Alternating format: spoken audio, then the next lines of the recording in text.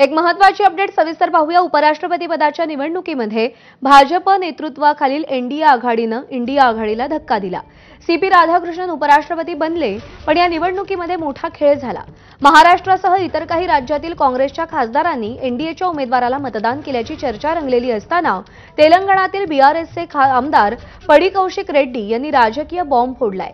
तेलंगणाचे मुख्यमंत्री रेवंत रेड्डी यांनी आदेश दिल्यामुळे काँग्रेसच्या 8 खासदारांनी भाजपच्या उमेदवाराला मतदान केलं असा दावा त्यांनी केलाय। भारत राष्ट्र समितीचे आमदार पडी कौशिक रेड्डी यांनी थेट मुख्यमंत्री रेवंत रेड्डींचं नाव घेत खळबळजनक दावा केलाय। नुकत्याच झालेल्या उपराष्ट्रपती पदाच्या निवडणुकीत एनडीएच्या उमेदवाराला मतदान केल्यानं 3 खासदारांनी ते कबूलही केलं होतं।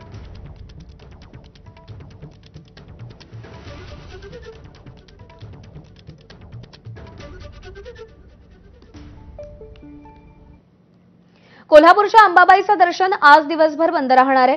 शारदीय नवरात्र